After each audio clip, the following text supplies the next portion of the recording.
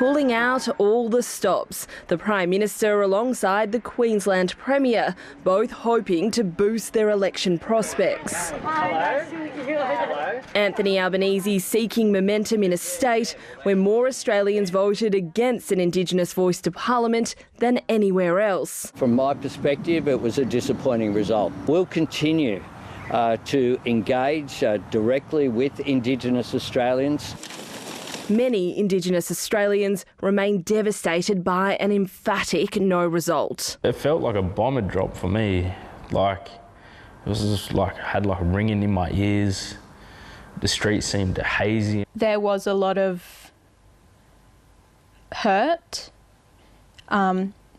leading up to the day of the referendum as well as the days afterwards. Hurt deeply felt by the minister responsible for delivering the vote. The Prime Minister and I did a press conference after we knew what the outcome was.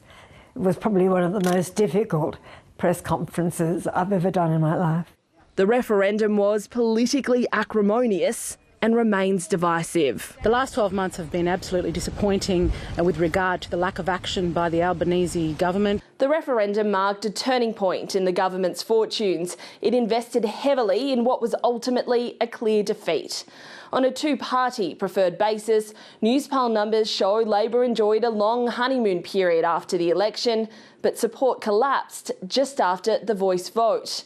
The latest figures showing Labor's fortunes continue to slide.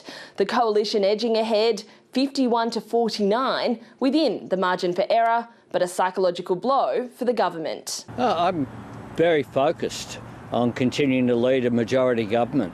The Prime Minister hoping to get his party's fortunes back on track ahead of the next election. Stephanie Dalzell, ABC News, Canberra.